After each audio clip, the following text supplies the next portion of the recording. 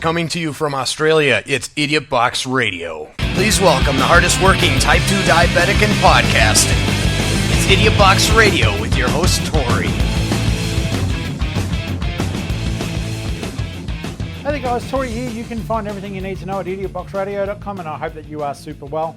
Today's a movie review. I just went to the movies, the actual cinema, to see the movie Dune, based on the book by Frank Herbert. Now, the first thing I'm going to get out of the way, I'm going to let you know this. You can become a patron at idiotboxradio.com for less than a cup of coffee a month, and you'll get your name in lights, and I'll love you a long time because you're helping me fulfill my dreams. No shit. Anyhow, I want to let you guys know something before you go to the movies to see this movie. This is part 1 of 2, okay? Because it's not being very widely promulgated that this is the case. It's a great movie. It's highly enjoyable. It's really closely matched up to the book. But if you haven't read the book and you're expecting a complete tale, this movie finishes nowhere near the end of the book. So let's hope we all enjoy it. Otherwise, once again, there's going to be another Dune film that doesn't quite see the end the way it should. This has come out before. This is a redo, a do-over. Frank Herbert's books.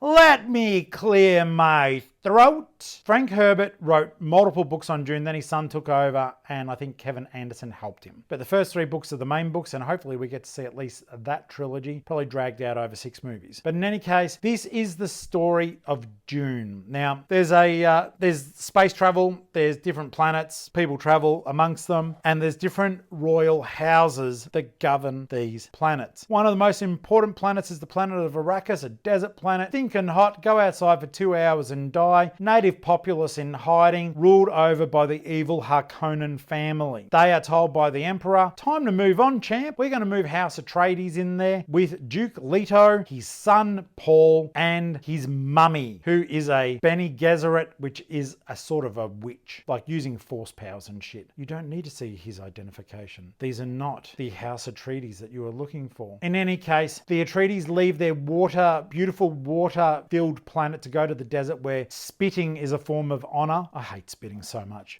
But it's a form of honor. By giving up your body's water, you spit to seal deals or to show respect. And the Atreides are all killed off, pretty much. Leaving fucking Paul, who is believed by the local populace to be the one. And I'm not talking Neo, even though the Matrix is nearly out. They think that he is Muad'Dib, which is like a little rat on Arrakis that can live in terrible conditions.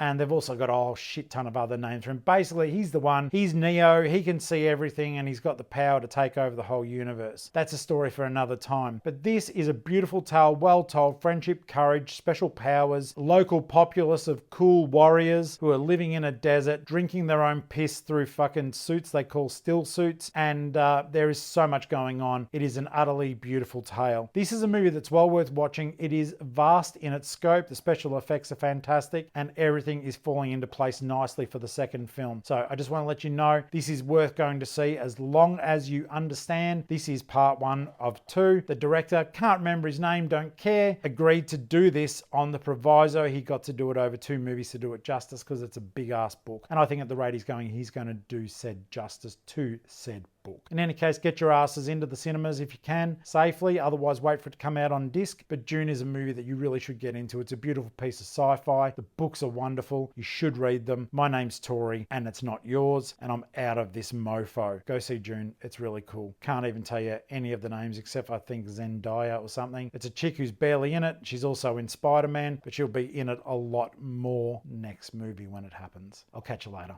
Bye.